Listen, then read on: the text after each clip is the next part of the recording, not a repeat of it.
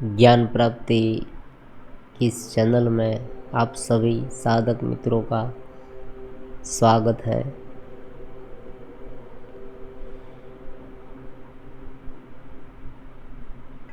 भगवत गीता का 7वां अध्याय अलग अलग ज्ञान के ग्रंथों के माध्यम से, ध्यान के ग्रंथों के माध्यम से एक ऐसी स्थिति,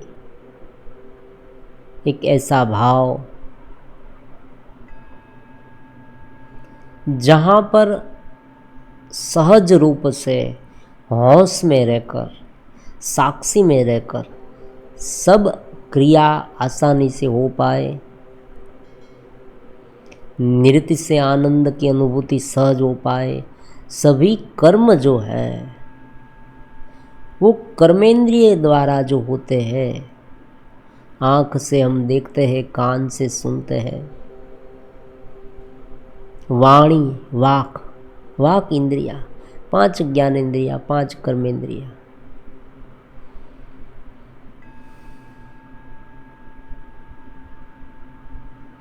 वो सब में साक्षी भाव, सहज भाव, परमात्मा का भाव, एक चेतना का भाव, एक चित्त स्थिति सहज रूप से हो पाए। इनके लिए ये ज्ञान ध्यान है। मेन जो पॉइंट है ना हमारा, वो हमारे सामने होना चाहिए, वरना हम भटक जाएंगे। धीरे धीरे धीरे करके हमें ऊपर उठना है, उस सर्वग्राहीता में एकरूप होना है। भगवत भाव में रहते हैं तो साक्षी भाव रहेगा और सभी कार्य अपने आप सहज रूप से जितना योगदान वहाँ देना था वहाँ उतना ही दिया जाएगा। अपनी पूरी मेहनत, अपनी पूरी शक्ति हम वहाँ लगा देंगे, इधर उधर भटकाव नहीं।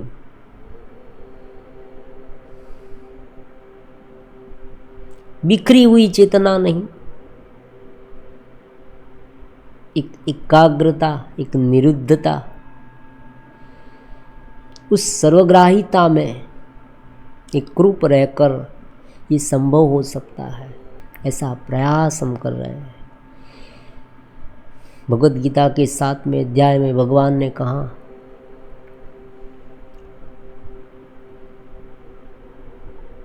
पूरा अस्तित्व, पृथ्वी, सूर्य, चंद्र, आकाश, वायु, अग्नि, जल, सब कुछ, हमारा शरीर, जीव जंतु का शरीर, ये सब एक ही अस्तित्व का भाग है। ये सबसे पहली धारणा है, सबसे पहली समझ है। ऐसा क्यों है, हम क्यों माने? आप ये भी कहेंगे, क्वेश्चन उठेगा, कैसे माने? ये पूरा अस्तित्व एक दूसरे के साथ जुड़ा हुआ है। आप सोचें, हमें भूख लगी तो सामने उनके मुताबिक आहार का प्रबंध भी किया गया है। आप प्रकृति को निरपेक्ष भाव से देखेंगे, उनमें अटैच हुए बिना, तो आप ये समझ पाएंगे कि ये पूरी जो प्रकृति है वो एक दूसरे के साथ जुड़ी हुई है।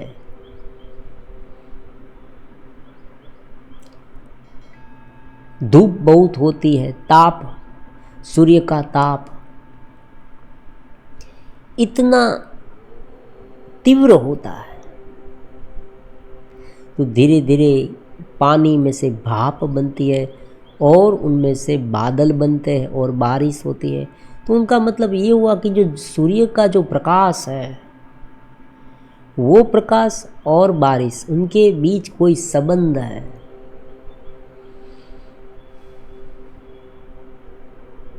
नाइट्रोजन चक्र, ऑक्सीजन चक्र, कार्बन डाइऑक्साइड का चक्र, ये तो विज्ञान में भी बताया गया है। कि हम जो आहार लेते हैं वनस्पति से लेते हैं, और जो वनस्पति क्या करती है, ऑक्सीजन वायु देती है और हम ऑक्सीजन लेते हैं। कार्बन डाइऑक्साइड के माध्यम से वो आहार बनाती है और वो आहार हम लेते हैं। ये पूरा चक्र विज्ञान में भी बताया गया है। जल चक्र है, वायु चक्र है, अग्नि चक्र, सभी प्रकार के अलग अलग चक्र है। तो ये एक दूसरे के साथ जुड़े हुए हैं। ये पूरा अस्तित्व, ये कितनी सुंदर बात है कि हमारे साथ परमात्मा है, परमात्मा की शक्ति हमारे साथ है। उसी ने उस शक्ति को, उस पूरी चेतना को, परमात्मा अलग नहीं है, ये भगवान कहना चाहते हैं। परमात्मा, ये जो प्रकृति है, पूरी प्रकृति वो परमात्मा की ही है। हमने एक नाम दे दिया, हमने नदियों के नाम भी दिए हैं और उसे माता कहा है। उसी तरह से ये पूरी प्रकृति जो है वो परमात्मा की है, ऐसा हमने नाम दे दिया। और उसी प्रकृति को परा और अपरा कहा, उन्हें वर्गीकृत कर दिया। जो अपरा है वो बाह्य दृष्टि से स्थूल है, और जो परा प्रकृति है वो उनसे थोड़ी भीतर है लेकिन सूक्ष्म है, मन बुद्धि अहंकार, उनसे ये सब जाना जाता है। जो स्थूल प्रकृति है, जो हमारे सामने है, मकान, दुकान, ये पहाड़, नदी, ग्रह, ये सब, सूर्य, चंद्र, ये सब हमें दिखते हैं, आँखों के माध्यम से हम देख सकते हैं उसे। वो सब अपरा है। अपरा प्रकृति में भी स्थूल और सूक्ष्म दोनों आ गए। ये 5 स्थूल और जो 3 है वो सूक्ष्म, वो सभी अपरा है। और जो परा है वो चेतना के साथ एक रूप है, परमात्मा के साथ जुड़ी हुई है। उनका एक छोर परमात्मा के साथ है, दूसरा छोर ये अपरा के साथ है। अगर हम इस अपरा के साथ ही जुड़े रहेंगे तो जीव बन जाएंगे, और अगर हम साक्षी भाव में रहकर परमात्मा के साथ जुड़ेंगे, वैश्विक चेतना के साथ जुड़ेंगे, तो चित्त स्थिति बन जाएगी, साक्षी भाव हो जाएगी। और जो कर्म है वो सहजता से होंगे, निरति से आनंद, हमें एक चेतना का आविर्भाव होगा, दिव्यता प्रकट होगी। ये परमात्मा कहना चाहते हैं। अब आगे 7वें अध्याय के 8वें श्लोक में परमात्मा कहते हैं, रस रस अहम अपसु कौन्तेय, जल में रस मैं हूँ, प्रभा अस्मि शशि सूर्ययो, सूर्य में, सूर्य और चंद्र में जो प्रकाश है वो मैं हूँ, मूलभूत बात मैं हूँ। शब्द, स्पर्श, रूप, रस और गंध, शब्द, ये सब तन्मात्रा, मतलब ये उनके विषय है। शब्द, स्पर्श, रस जो है वो जल का है। पानी जो है, हमें जो स्वाद की अनुभूति होती है ना, कुछ भी हम खाना खाते हैं तब आप कहेंगे ये स्वादिष्ट है, इनका स्वाद अच्छा नहीं है, बहुत मज़ा नहीं आई। ये जो रस है ना, जो स्वाद है, वो मैं हूँ। मैं हूँ मतलब अस्तित्व है। सर्ववेदेषु प्रणवः, सर्ववेदेषु शब्द, खे पौरुषम, पुरुषत्व, आकाश में शब्द और सर्ववेदों में प्रणव, मूल बात, जो सारभूत बात, सूक्ष्मतर बात जो है वो परमात्मा है। क्यों ऐसा कहा गया? बाह्य जो सृष्टि हम देख रहे हैं स्थूल, उसमें से धीरे धीरे सूक्ष्म, सूक्ष्म में से चेतन, तो जो चेतन भाग है वो परमात्मा है।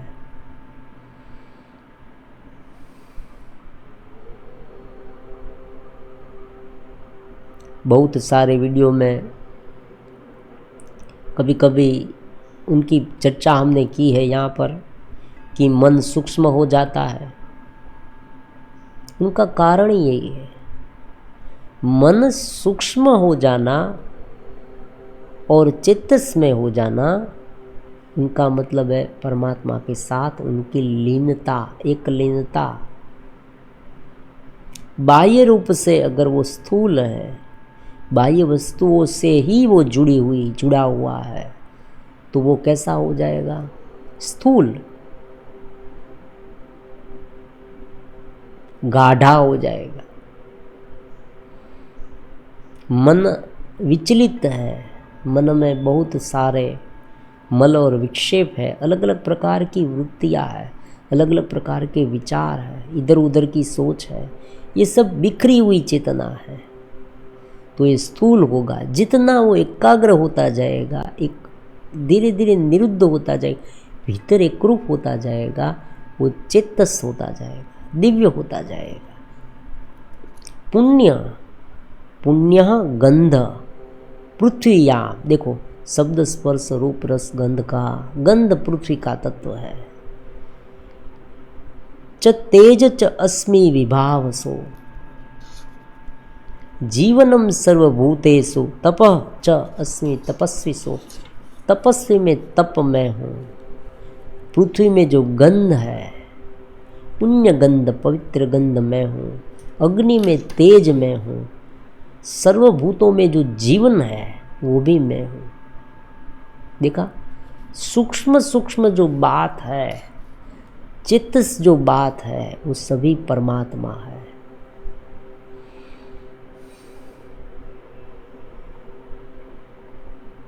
चित्त स्थिति प्राप्त करने के लिए, ऊपर उठने के लिए, ये पूरी बात जो अलग अलग प्रकार की हमारे सामने है स्थूल रूप से, उन सभी को सूक्ष्म और चेतन रूप में समझना है। बीजम माम सर्वभूतानां विद्वि पार्थ सनातनम, सर्वभूत जो है, सर्व जे जगत के सर्वभूत है, सर्व हम पृथ्वी अग्नि जल, ये जो सर्वभूत हमारे सामने हैं, उनका जो सनातन कारण, मुख्य कारण जो है वो मैं हूँ। बुद्धिमानों की बुद्धि में हूँ, तेजस्वियों का तेज में हूँ। जो अस्तित्व है वो इस तरह से सब में, बुद्धिमान व्यक्ति बुद्धिमान कब कहलाएगा? जब उसमें बुद्धि होती है, तो वो बुद्धि में हूँ। तेजस्वी है, उसका तेज में हूँ। जल में रस में हूँ, तपस्वियों का तप में हूँ। जो मूलभूत सारभूत भाग है वो परमात्मा है।